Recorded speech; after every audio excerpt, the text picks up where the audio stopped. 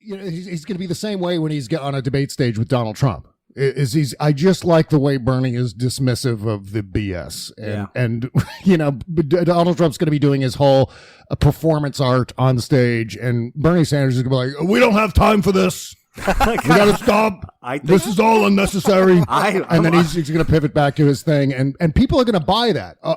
These days, authenticity is everything. Welcome to episode 32 of the Left Crew Politics podcast. I'm the host for this episode, Rick Shew.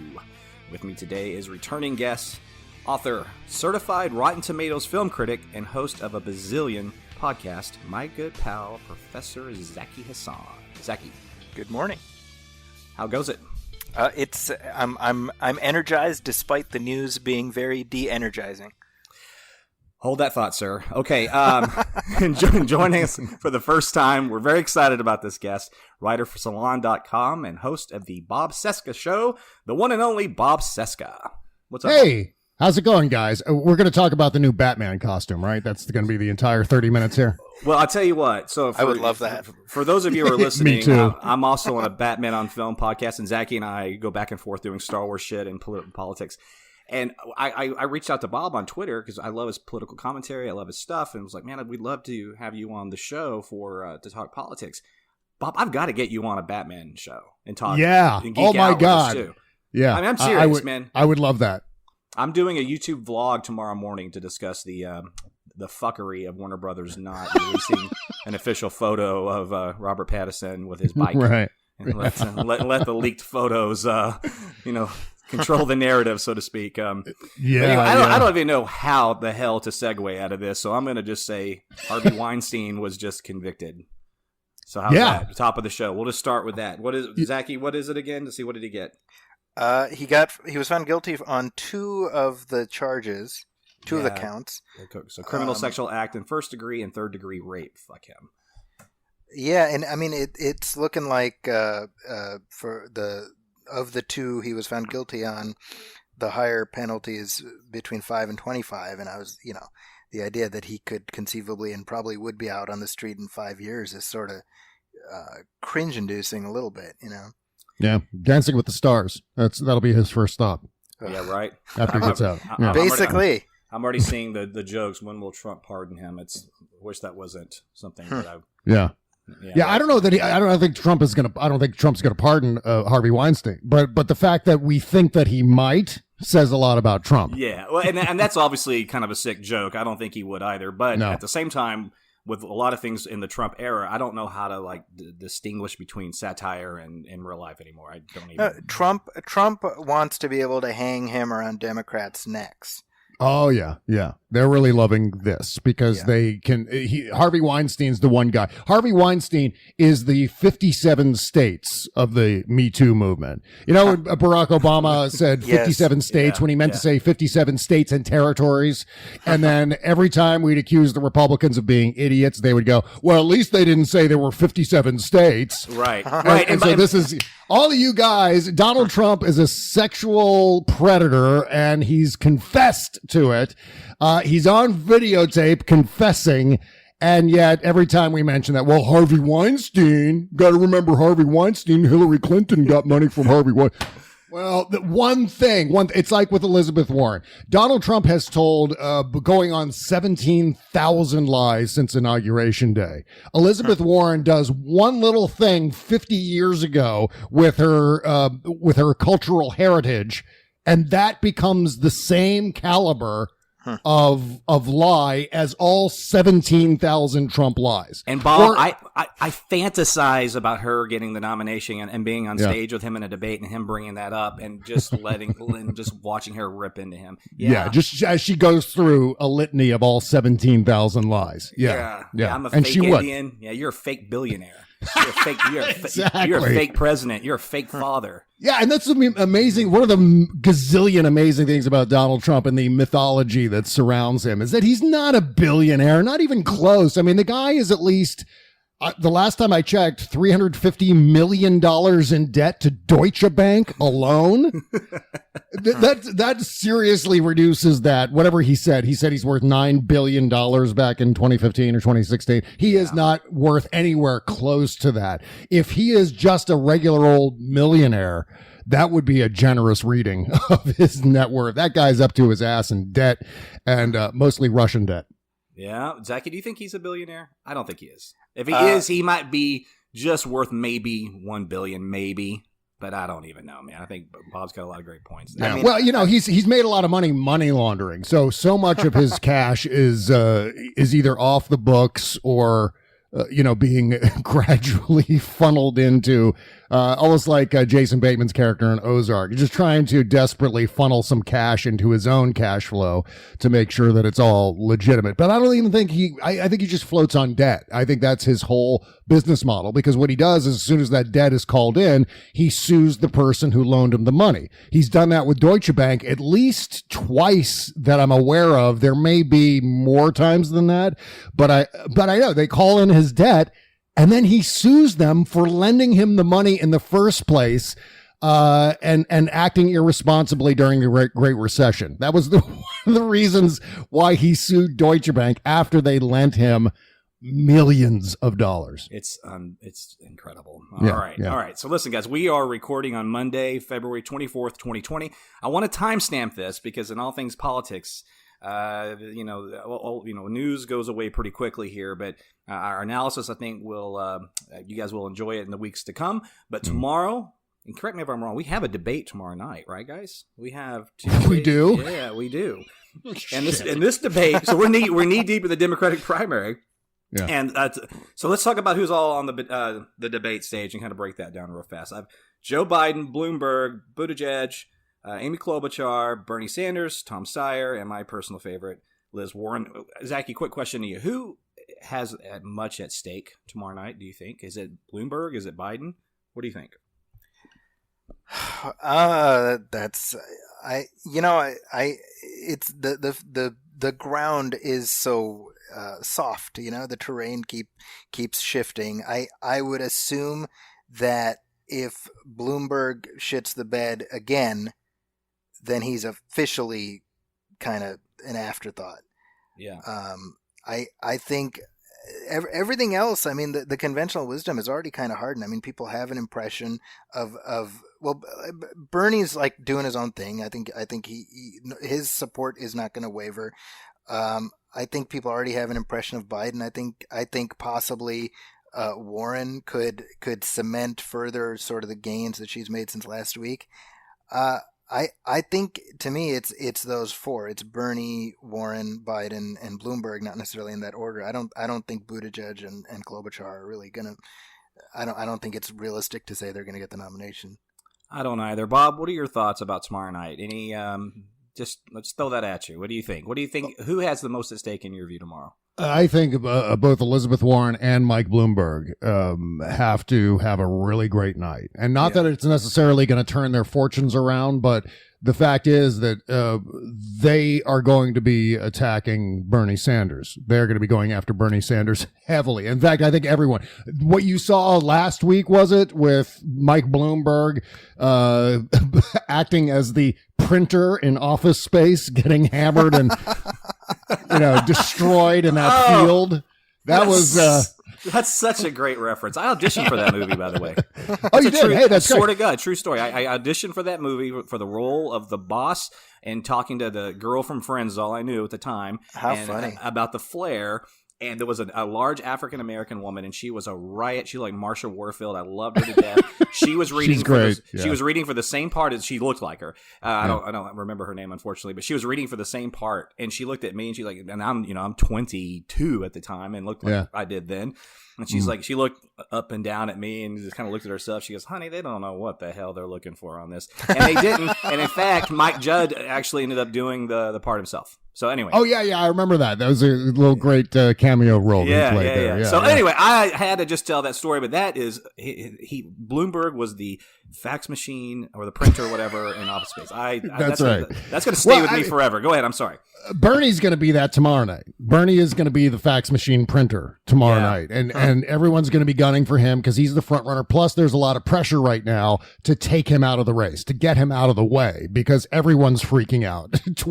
Political Twitter right now is on fire because of Bernie Sanders, both pro and against. And it's just absolute mayhem. And quite honestly, with regard to Bernie, I mean, I don't know if this is a question we're going to be getting into later, but I just wanted to throw this in here that I don't think that his chances are as bad as we're hearing on Twitter. I think Bernie Sanders has a solid chance to win. I say this as a non-Bernie guy. I am not a Bernie Sanders fan, but I will say this. I think he has a strong chance of beating Trump. I think the analysis that we're seeing online is a little bit panicky and probably a little bit off base. I mean, I've seen the head-to-head polls state by state, and Bernie Sanders does pretty damn well, at least compared to the other Democrats, where maybe the race is a little bit tighter. I mean, he may have like a 1 or 2 point advantage over the other Democrats if you were to put them up against Trump in the Electoral College. So I think there's a lot of, I don't want to say it's unfair. I just think it's a lot of doomsaying right now as far as Bernie Sanders' chances of winning. Plus, I've seen Bernie Sanders go into pro-Trump areas and convince Trump supporters, not just Trump voters, but Trump supporters, that Medicare for all, income equality, taxing the rich and so on is a good thing. And they usually come around on that. I think Bernie has a solid chance to go into those Wisconsin and Michigan and Pennsylvania precincts and actually change some minds, win back some more working class white voters. And Bob, he comes to Texas quite often. He was just here. I've seen him in Dallas. I've got friends. I've seen him in Austin, Houston. He tweeted the other day. He's like, we're going to take Texas. Yeah. Plus, he's got energy, and now the entire political landscape right now has changed. We're in a new paradigm. Everything changed after 2015, 2016. Yeah. And the way it changed is no longer relevant are issues, no longer relevant are presidential records, like Donald Trump's talking about he's lying about all the things that he's done, which he really hasn't done. But none of that matters anymore because what we're in now is a paradigm in which it's all about like sports franchises, our team versus their team. And we not only want our team to win, but we want the other team to lose and lose in a humiliating way. On our side right now, we're looking at the Donald Trump presidency, and he needs to lose in a humiliating way in order to get rid of Trumpism and all the rest of it. But in a general sense, that's the kind of dynamics we're dealing with in an election. So there's a political scientist named Rachel Bitkofer who came up with a new model. It was actually quite accurate in 2018. But it's that model. It's the sports team model. And whichever side has more energy going into the election, that's the side that's probably going to win. And I think Bernie Sanders brings to the table a lot of energy. Plus, we don't have to deal with the contrarian voters going with Jill Stein or something like that, the thing that gave Donald Trump the Electoral College last time around. So there are advantages. I'm not panicking over Bernie Sanders yet, but this, that could easily change. Okay, Zaki, I want to pick up on a couple of things that Bob said and throw it at you real quick. So I'm trying to reconcile this myself. I'm not a fan of Bernie. On one side, I get very nervous thinking about him being the nominee, mainly because of down ballot stuff, right? But yeah. I do agree with Bob. I think that if we don't think that Bernie Sanders could win in a general election, we didn't learn anything from 2016. Yeah. And the dude has a movement and he has a message. And when you have a movement and a message in politics, that is a powerful, powerful force. And I do not underestimate that whatsoever. With that said, there's still I still have apprehensions. I still would love to have Elizabeth Warren on top of the ticket with Julian Castro as her VP. I just think that's a dream ticket for me. But where do you stand on Bernie, Zaki? Or do you feel some of the same things that we're discussing here, or are you more optimistic, less? I'm not even quite sure where you're at with him. So fire away, good man. I'm pretty much on exactly the same page as both of you. I have said in the past that the fact that I am taking a wait and see, and I've said I will support Bernie if he gets the nomination. And I don't say that on social media because I just don't feel like just nuking my mentions, for the next, Dude, I know it's savage. It's you know, like backing into your own airplane propeller, like that guy in Indiana Jones. Literally, I've been very cautious about what I say on social media because even people on my side of the political divide are just gonna, bombard me, and I'm like, I don't feel like dealing with that because he will get my vote if he's the nominee. I have concerns, but look. If Joe Walsh can be at a point where he's like, look, I will vote for Bernie over Trump, then I have zero problem saying, look, I'll support him if he's the nominee.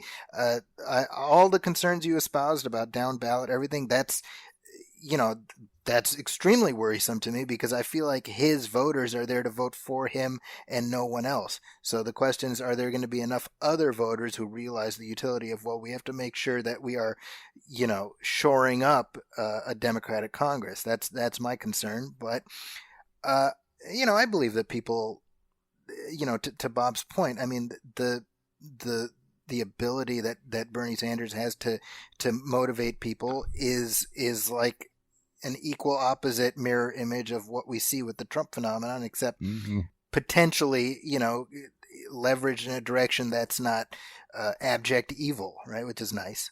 Right. And Bob, you brought up a great point about, and pardon me, I'm going to paraphrase here, but just basically talking about the voters that he'll bring out. There's going to be people that will vote for Bernie that would probably either sit home or vote for the Jill Steins. Yeah. And so, I don't want to underestimate those individuals as well. In fact, we could really, it's debatable, but I could make an argument that those same people cost us the election last time. If you look, you can make that's a great argument to make because you can actually prove it. If you look at the Jill Stein votes in Wisconsin, Michigan, and Pennsylvania, you take those votes and move them over to Hillary Clinton. Suddenly, Hillary Clinton is president right now. That's basically the bottom line. You're right. Yeah. I mean, it's pretty cut and dry stuff. So for all the people that are out there talking about their never Trump or Republican friends, that there's no way that they'll vote for Bernie, they'll vote for somebody else. You know what? If that's what they choose to do, that's fine. I'm not necessarily chasing that voter. I'm just not. We don't. If they come on board, great. If they don't, to hell with them. Right now, we need turnout of young people, of minorities, like we have never seen before. And I think Bernie has a message to do it. And I think if he's the nominee, we will see the youth vote like we've never seen it before. At least maybe not since. Well, hell, I don't even know. I mean, 2008 was pretty damn good, but this could be even bigger. And again, he's still not my top choice. But who is yours, Bob? By the way, do you have a dream ticket right now? I haven't chosen anyone. I decided, I made a conscious decision to stay out of it. I liked Elizabeth Warren early on. Yeah. But I've backed away just to maintain some sort of objectivity. Quite honestly, I had my guy in 2008. I was totally Barack Obama 1000%. I supported his presidency. I don't think there will ever be another Barack Obama, at least in my lifetime. And if we do get another Barack Obama, great. But, I don't really feel the need to, kind of jump on board with a candidate. I feel like whoever has the greatest chance of defeating Donald Trump when the Maryland primary rolls around, that's who I'm going to vote for. I don't care if it's Bernie Sanders. I don't care if it's Tom Steyer or Mike Bloomberg or any of the candidates. Yeah. As long as any of the leading candidates, I should say. Sure. I would have a really hard time voting for Tulsi Gabbard. Thank you. Yeah. Well. Ultimately, though, I would be fine voting for Bernie Sanders. I would be fine voting for Elizabeth Warren or Joe Biden. I think there are candidates who I would be concerned about in a general election scenario. As I said before, I'm not so concerned about Bernie Sanders. And it's not just because I'm being contrary to what the conventional wisdom seems to be emerging on Twitter here. But for the most part, I'm so driven by defeating Donald Trump. I am up to my eyeballs in Trump derangement syndrome. So, every single moment of the day, I'm thinking, how do we destroy this guy? What's the best path to not only defeating him, but defeating him in a way that is so embarrassing and humiliating to him that he's afraid to show his face in public anymore? Yeah, I think that's That's the best case scenario. Yeah, you said that earlier, and I like the way you phrased it. By a decisive victory, it is destroying Trumpism as well as his presidency. Zaki, obviously this is not over yet. We don't have a nominee at this point, and even though it looks like it's very likely going to be Bernie, that may not happen. So it's politics. These things can change at the drop of a dime. But what do you think's going on with Joe Biden, Zaki? Do you think that there's a pathway for him? And if you had to choose between, I know it's a little loaded, so forgive me, but if you had to choose between a Joe Biden candidacy and a Bernie Sanders candidacy, which one would you choose?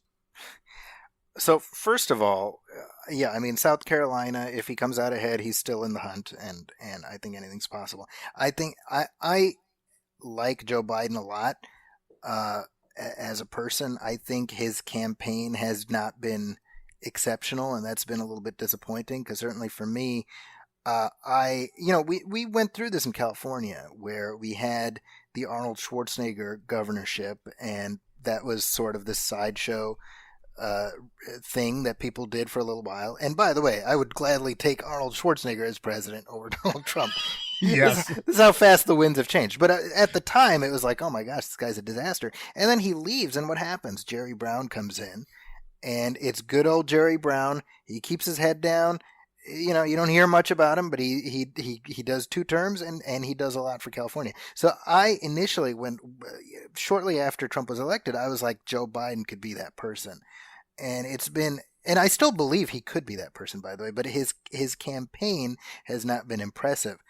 Now, just to echo what Bob was saying about Barack Obama, that's almost verbatim a conversation I had with my brother last Friday over lunch, where I was like,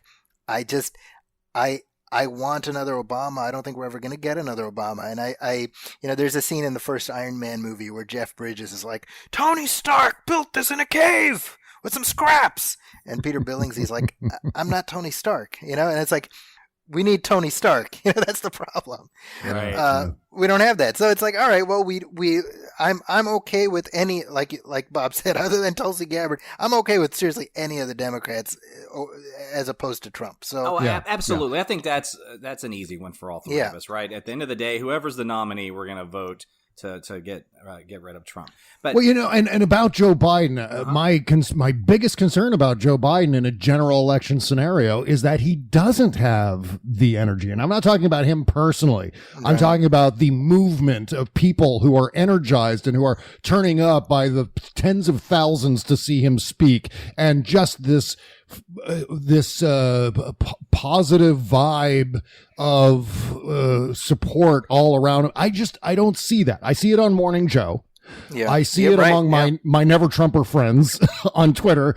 Yeah. But beyond that, I don't see that level of Obama energy. And the closest that we have to that level of Obama 2008 energy, quite honestly, is Bernie Sanders. And again, it's like, I'm tearing my hair out because I know all of his liabilities. And I know at some point in the next 8 months, we're all going to be faced with having to defend those liabilities and figure out a way to wiggle that campaign around all of those things. So, but all of that said, he does have the energy. And the thing with Joe Biden is that I believe a lot of people started to buy into the onion Joe Biden persona, the cool guy in the convertible with the aviator glasses and the swagger and everything.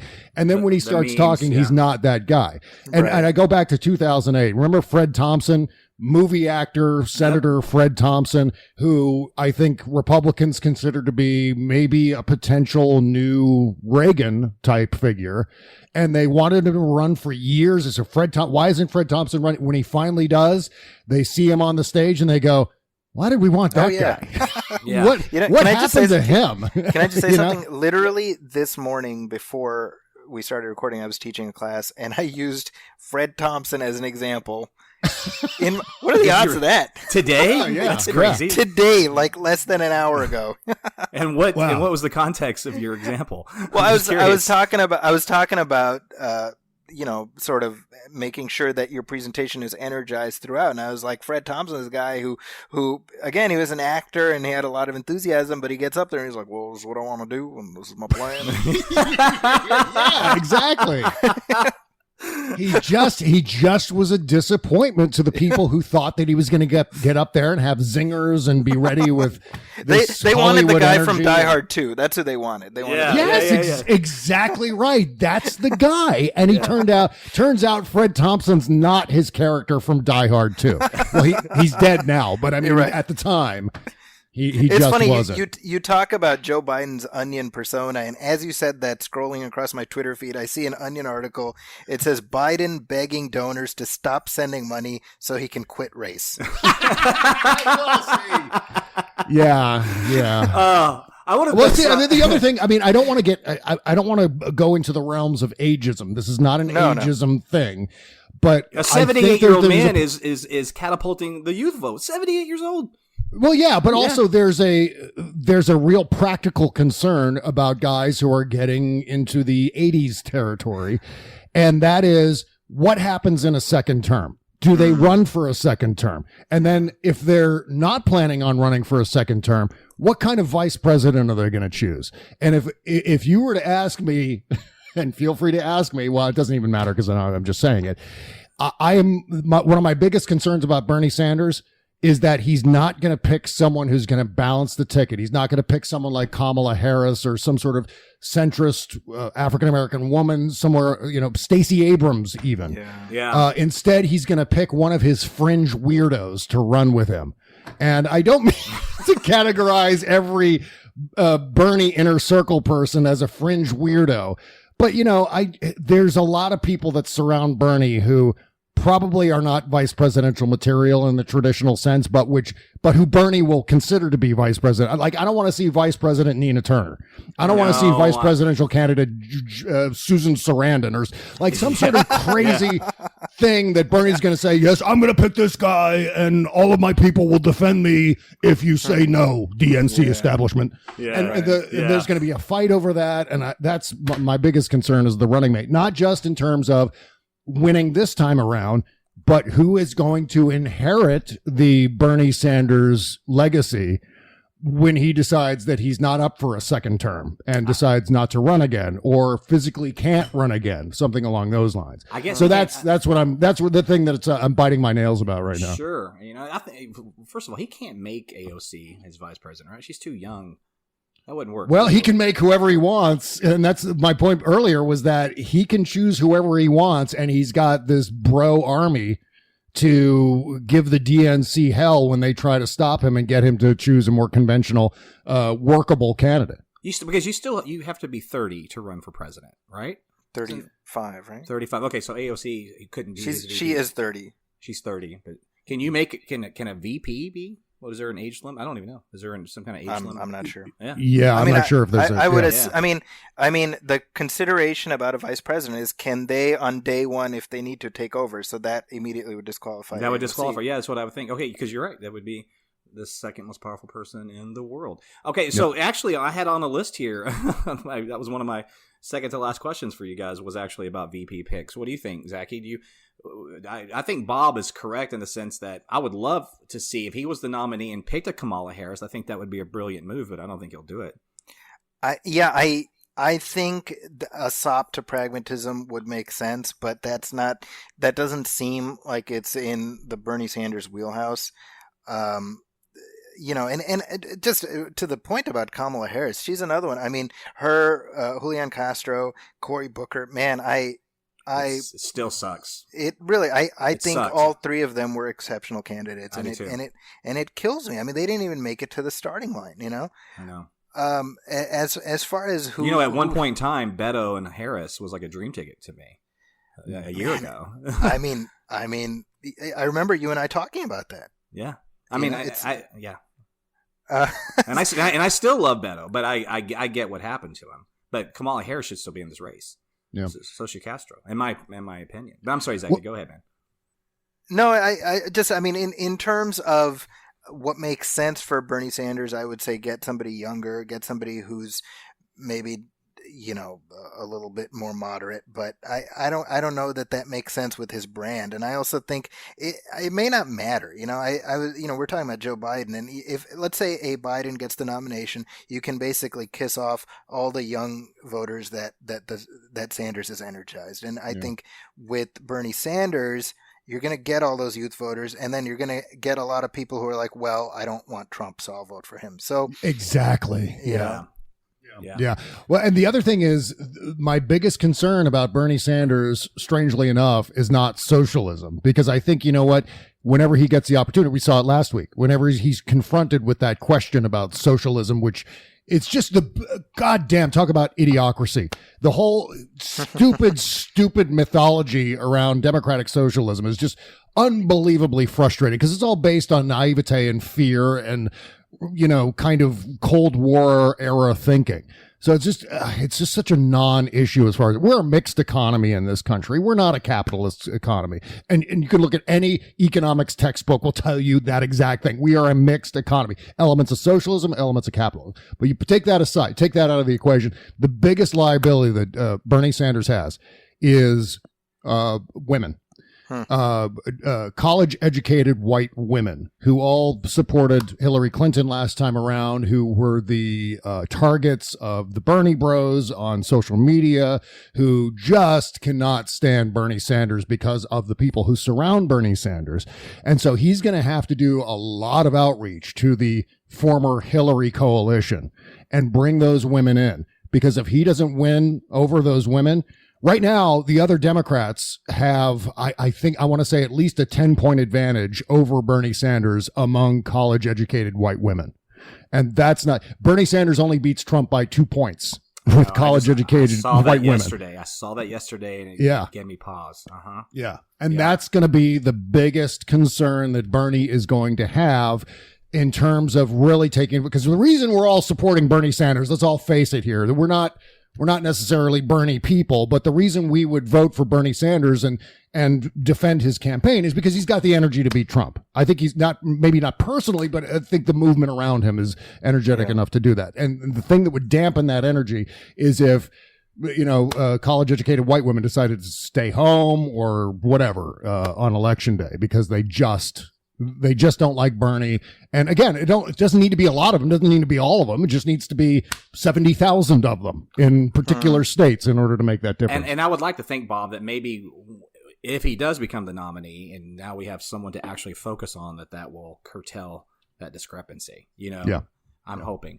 What we cannot have, the first thing that I think we must have in soon is a nominee. If it's Bernie, fine. Yeah. If it's Warren, fantastic. If it's anybody on that stage, I'm down. I'll vote for you.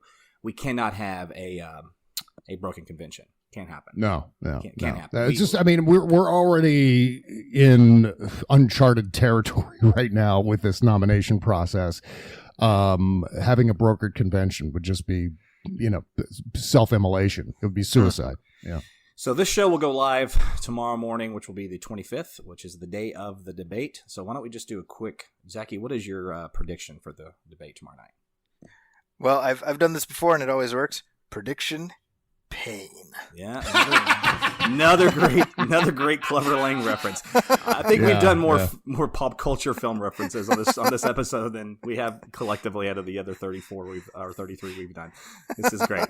All right, fair enough. Bob, what's your predictions for tomorrow night, man? It's going to be a war on Bernie. It's going to be, everyone's going to be taking shots at Bernie. The Bernie bros. I just recommend right now, if you're planning on live tweeting the debate, don't stay away from Twitter during the entire debate, because you can't. And see, here's the thing. You just can't win on social media when it comes to the topic of Bernie. And so that is irritating to me because I want to talk about all the candidates, positive and negative. But you say something positive about Bernie on social media, you're screwed. You say something negative about Bernie Sanders on social media, you're screwed. So what do? We just don't say anything about Bernie Sanders on social media. I've and that's probably not good for the campaign. That's probably not good for No, but I'm going to say this about Bernie Sanders in regards to his 60 Minutes appearance last night, which I was watching with my father-in-law. And I cringed when he was asked about what his price tag on things would be. Because you know what? Elizabeth Warren could answer that question. right? Yeah. And he cannot answer it. That's a problem. I think the thing with Castro is a little overblown, especially when you juxtapose that with Trump sending love letters to North Korea and talking about Putin and undermining and throwing our intel under the bus for him in Helsinki, et cetera. Like, give me a break. But Bob, kind of to your earlier point, there's some liabilities with him, and we're going to have to deal with them because I think he's probably going to be the nominee. I just want to say that as far as detailing the plans in terms of how they're going to pay for it, I think that's a bit of a red herring. I don't think they really need to. In fact, I think it's better if they don't, because it could actually backfire severely against them. I know when Elizabeth Warren first rolled out her healthcare plan, there was a lot of arguments online, and certainly there was a debate, at least one debate, in which this was the main topic of conversation around her, which is, how are you going to pay for it? What are you going to do? What's your plan?